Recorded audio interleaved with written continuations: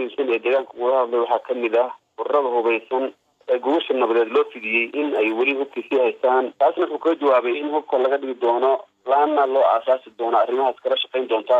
marka wuxuu yidhi waxaa wanaagsan inay ku dagaalamaan qalinka iyo fikirka. haddii ay haystaan buuri hubkoodii gubasha nabadeed waxba ma taraysa buuri. marka cabdi maxamuud cumar iyo mustaqbalkiisa wax laga weydiiyey wuxuuna yidhi taas sharciga ayay u taallaa waxay cadaalad ka tidhaahdo waana way sugaynaa goorta la geyn doono iyo wuxuu mudan doono labadaba cadaaladda ka sugaynaa buu yidhi isaga iyo weliba mas-uuliyiintii dhibaatada iyo dembiga kula jirtay. arrin kaloo la weydiiyey baa jirtay oo afartii bilood ee xilka hayay in sax iyo barakac badan waddanka Itoobiya uu ku yimid.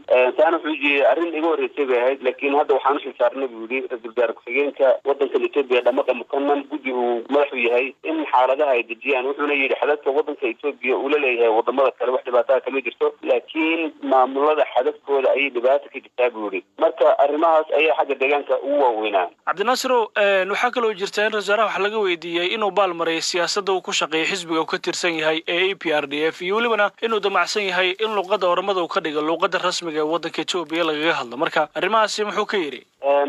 xisbiga BRDF markii wax laga weydiiyey wuxuu yidhi maanaan baalmarin xisbiga BRDF siyaasadihiisii caadiha ayaan ku shaqaynaa.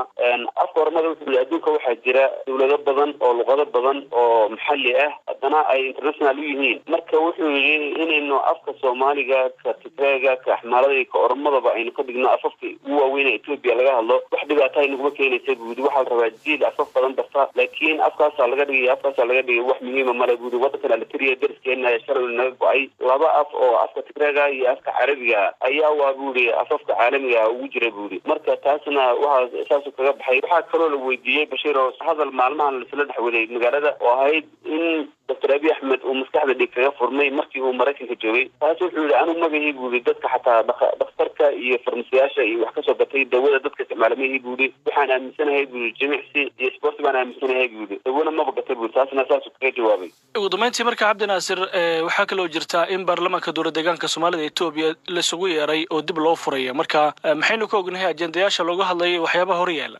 habeen hore ayaa fariimo loo diray baarlamaanka dowladda deegaanka Soomaalida xubnaha ka tirsan laakiin ajendaha laga hadlayo fadhigoodan oon caadi ahayn isla markaana ah kii ugu horreeyay inta talaalaasadooda dhacday ee dhibaatadooda jidka ka dhacday kii ugu horreeyay ahaa wax lagaga hadli doono iyaga laftoodu ma garanayaan. laakiin waxaa loo malaynayaa in kala fadhigan kalsoonida madaxweynaha baarlamaanka uu ku madaxweyne ku meel gaar oo rasmi u noqdo taasaa la filaya. laakiin waxa dad badan oo xildhibaanada ka mid ah oo la hadlay waxay sheegeen in maanta laga yaabo inay noqoto uun isxaadirin iyo maadaama la kala qaxay ama sabab badan ay joogaan baarlamaanka in la xaadiriyo oo lasu yimaado ribaas laga yaabaa inuu furmo shirka rasmiga ee laga yaabo in madaxweynaha kalsoonida